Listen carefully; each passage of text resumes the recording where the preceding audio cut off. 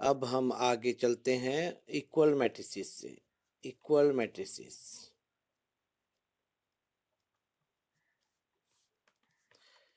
To matrices A and B are said to be equal। तो कब हो सकती है इक्वल? पहली बात,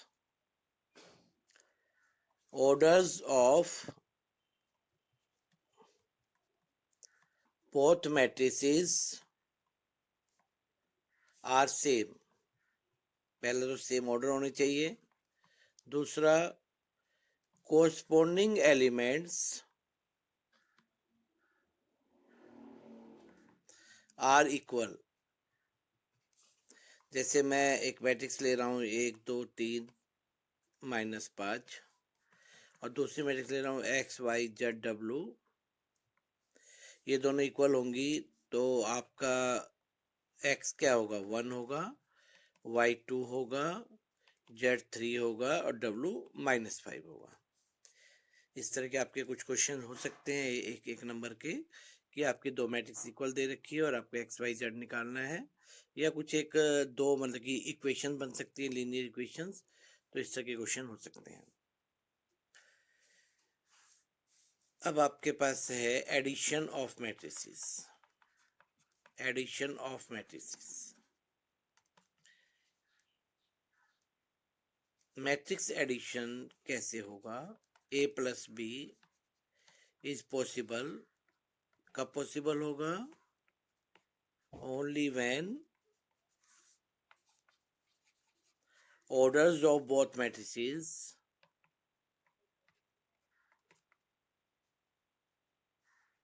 are equal। पहली बात तो ये कि ऑर्डर इक्वल होना चाहिए। ऑर्डर इक्वल होगा तभी आप एडिशन कर सकते हैं।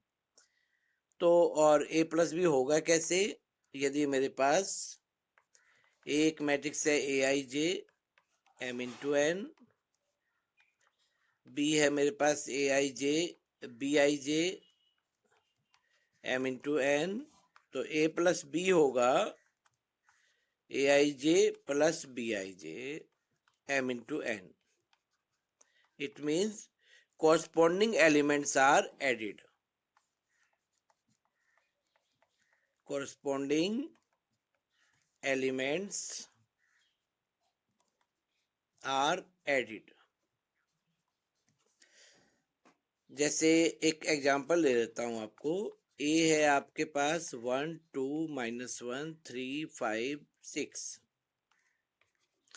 इसी तरह बी है 3 -1 2 5 2 1। तो ए प्लस बी क्या हो जाएगा आपका? कोरस्पोंडिंग एलिमेंट्स को ऐड कर दीजिएगा। 1 और 3 4, 5 3 8, 2 ये 1 7 1 7। कोरस्पोंडिंग एलिमेंट्स हमने ऐड कर दिए हैं। तो ये होने के बाद हमारा कोरस्पोंडिंग एलिमेंट्स ऐड हो गए हमारे, तो ये ए प्लस बी आ गया। तो अब ए प्लस बी की प्रॉपर्टीज भी होंगी। पहली प्रॉपर्टीज है पहली कॉम्यूटेटिव। यदि जहां ए प्लस बी पॉसिबल होगा तो a plus b should be equal to a plus b plus a, always होगा। एसोसिएटिव,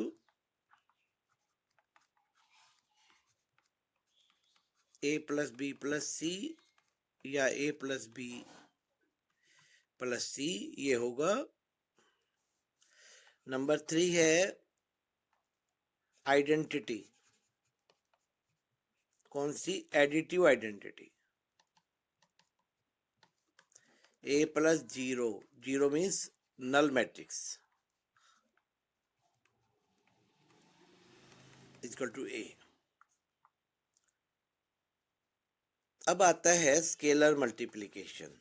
स्केलर मल्टीप्लिकेशन होता क्या है? स्केलर मल्टीप्लिकेशन किसी भी मैट्रिक्स को किसी नंबर से मल्टीप्लाई करना, के ए। तो यदि ए आपकी है a i j m into n, तो के हो जाएगा k a i j m into n. Each element is multiplied by k। देखिए ये क्या हुआ हमारे यहाँ इसमें कि हर एक एलिमेंट को हमने के से मल्टीप्लाई कर दिया स्केलर मल्टीप्लिकेशन में। तो फॉर एग्जाम्पल एक एग्जाम्पल लेते हैं, यदि हमारे पास ए है 2 - 1 5 6 और मुझे 5a निकालना है, तो आपका 10 25 - 5 30, तो ये आपका स्केलर मल्टीप्लिकेशन हो गया। तो उसी तरह से अब आता है सब्ट्रैक्शन। सब्ट्रैक्शन कोई एक वो नहीं है, आपका ऑपरेशन नहीं है, लेकिन सब्ट्रैक्शन में क्या हो जाता है, a माइनस बी का मतलब है a plus minus B. Means what it means, अब मैं आपको उसके पहले एक चीज ये बता देता हूँ, additive inverse a plus minus a is equal to 0 minus a is called additive inverse of a। तो माइनस ए निकला कैसे, -1 into a is your all elements of a are multiplied by -1।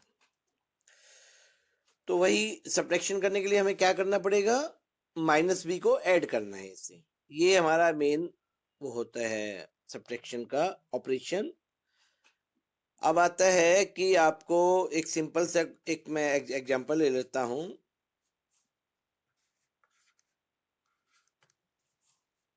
Question ए है 1 - 1 3 4, बी है मेरे पास 2 3 -1 5, और मुझे कहा गया है 5a - 6b फाइंड आउट करिए। तो कैसे करेंगे, देखिए 5a - 6b, तो इसको 5 5 - 5 15 20। अब यहाँ पे -6 भी अंदर लेके जा सकते हैं, नहीं तो आप 6 अंदर ले जाइए। 12 - 6 18 30, और नेक्स्ट स्टेप में लिख दीजिएगा 5 - 12 15 + 6 हो जाएगा, -5 - 18 20 - 30, तो आपका क्या आ जाएगा, -7 21 -23 -10। तो इस तरह के छोटे छोटे क्वेश्चन आपके एनसीईआरटी में भी दिए हुए हैं सेकंड एक्सरसाइज में, वो आप करेंगे आपको समझ में आ जाएंगे। अब है आपका multiplication of matrix, matrix multiplication. ये बहुत इंपॉर्टेंट है, इसको अच्छी तरह से देखना आप, मल्टीप्लिकेशन कैसे होता है। सबसे पहले मैं आपको ऐसे ही एग्जांपल एक वैसे बताऊंगा, ये ए है और ये बी है, और ए का ऑर्डर है मेरा m इंटू एन, और बी का ऑर्डर है मेरा p इंटू क्यू। सबसे पहली बात, ए बी पॉसिबल कब है, सबसे पहले हम सीखें ए बी पॉसिबल कैसे कब होता है, when n equal to p। पहली मैट्रिक्स ए है, ए का नंबर ऑफ कॉलम बी के नंबर ऑफ रोज से इक्वल होगा, तभी मैट्रिक्स मल्टीप्लिकेशन पॉसिबल होगा। और ऑर्डर क्या होगा, ऑर्डर ऑफ ए बी क्या होगा, order of A B is m into Q. First के नंबर ऑफ रोज, सेकंड के आपके नंबर ऑफ कॉलम्स, ये होगा।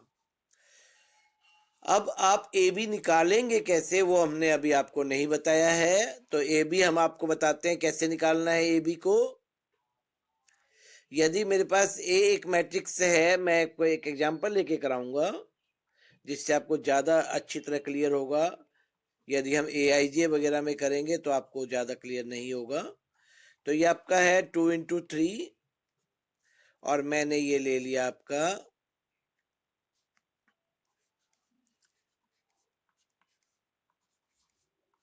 3 × 2। सबसे पहले तो आप देखिए ये 3 है, ये 3 है, इसका मतलब ए बी पॉसिबल, ये पॉसिबल है, हमें पता लग गया पॉसिबल है। फिर करना कैसे मल्टीप्लिकेशन वो देखिएगा। पहली रो को यहां से उठाइए और यहाँ पहला कॉलम उठाइए और उसको समीशन कर दीजिए। समीशन मतलब सिग्मा, सबको जोड़ कर दीजिए। कैसे?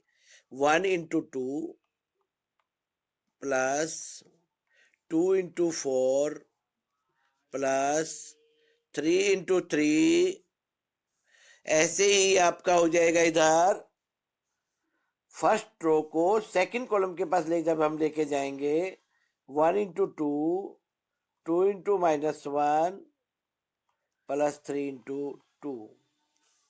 इसी तरह अब हम सेकंड रो को लेके आएंगे -1 × 2 5 × 4 प्लस 4 × 3। इसमें सेकंड में करेंगे तो -1 × 2 5 × -1 प्लस 4 × 2। यहाँ तक आप ध्यान से देखिएगा, रिपीट कर लीजिएगा वीडियो को यदि आपको कोई प्रॉब्लम आती है तो। 2 + 8 + 9, इसलिए मैं स्टेप बाय स्टेप करा रहा हूँ आपको। 20 + 12 2 - 2 + 6 -2 -5 + 8, ये आपका आ जाएगा 9 8 17 to 19 36। तो आपका 2 × 2 ऑर्डर आ जाएगा। 2 × 2 ऑर्डर कैसे आया? जैसे कि हमने आपको बताया था m × q होता है, तो m × q। तो ये आपका मैट्रिक्स मल्टीप्लिकेशन आ गया।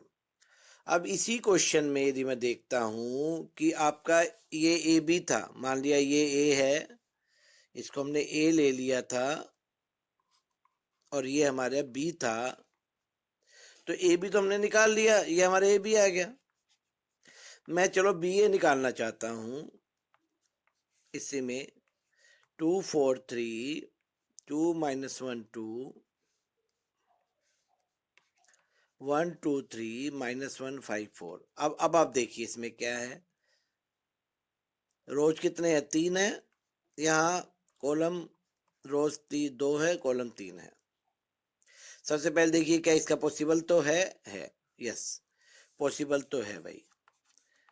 जब हमारे पॉसिबल है तो हमने लिख दिया इट इज पॉसिबल, और इसका जो आया ऑर्डर 3 × 3। अब देखिए ए बी का ऑर्डर 2 × 2 था, बी ए का ऑर्डर 3 × 3, ऑर्डर ही सेम नहीं है, तो ए बी बी ए होने का, इक्वल होने का कोई औचित्य नहीं है। अब इसमें ए बी बी ए होगा ही नहीं, इसका मतलब पहली रो को हमने इससे उठाया।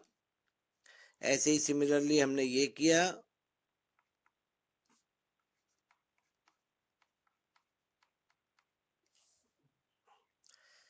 फोर इंटू 1 -1 × -1 4 × 2 -1 × 5 4 × 3 -1 × 4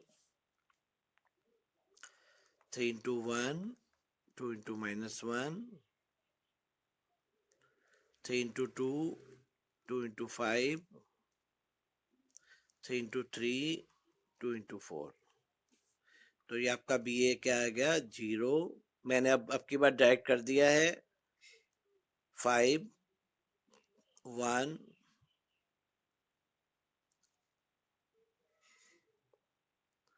कहाँ गलती कर रहे थे, देखो एक बार। 3 × 2, ठीक है।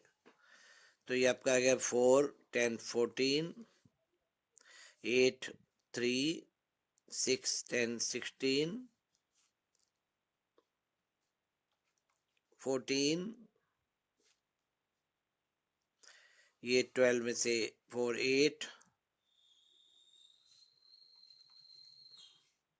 देखिए अब हमें ये जरूर पता लग गया ए बी बी ए होना जरूरी नहीं है, तो a B is not equal to b a. अब पहली प्रॉपर्टी यही आ गई आपकी, प्रॉपर्टीज ऑफ मल्टीप्लिकेशन में, प्रॉपर्टीज ऑफ मैट्रिक्स मल्टीप्लिकेशन।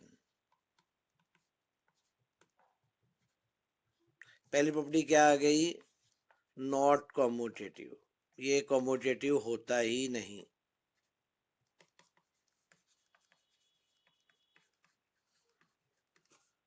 जरूरी नहीं है, एक आध केस ऐसे हो सकते हैं जहां पे नल मैट्रिक्स है, कुछ और है, आई है, तब तो कॉम्यूटेटिव हो सकता है, लेकिन ऑलवेज नहीं होता। मतलब अगला है एसोसिएटिव होता है, लेकिन यदि पॉसिबल हो तो, मल्टीप्लिकेशन पॉसिबल हो तो एसोसिएटिव होता है।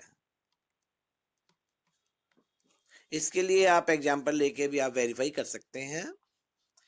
तीसरा आइडेंटिटी, आइडेंटिटी का मतलब आई, जो हमने किया थे आइडेंटिटी मैट्रिक्स, वो मल्टीप्लाई करेंगे तो ए आएगा ऑलवेज। अब आपका यही प्रॉपर्टीज हैं इसकी, तीन प्रॉपर्टीज आपकी, कम्यूटेटिव नहीं है, एसोसिएटिव है, और ये I is the identity matrix. अब इन प्रॉपर्टीज का क्या फायदा है कि प्रॉपर्टीज आपको आती है तो आप बहुत सारी चीजें कर सकते हैं, बाद में कहीं ना कहीं जरूरत पड़ती है।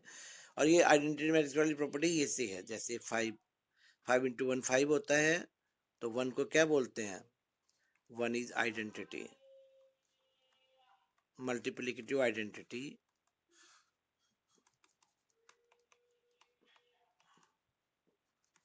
तो यहाँ भी ये, इसको आई को क्या बोलेंगे, मल्टीप्लिकेटिव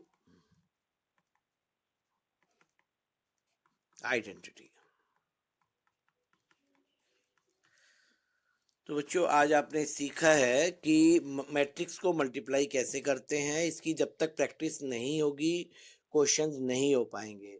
जितनी ज़्यादा मल्टीप्लिकेशन के क्वेश्चंस आपके बुक में दे रखे हैं उतना भी कर लोगे एनसीईआरटी का तो सफिशिएंट रहेगा।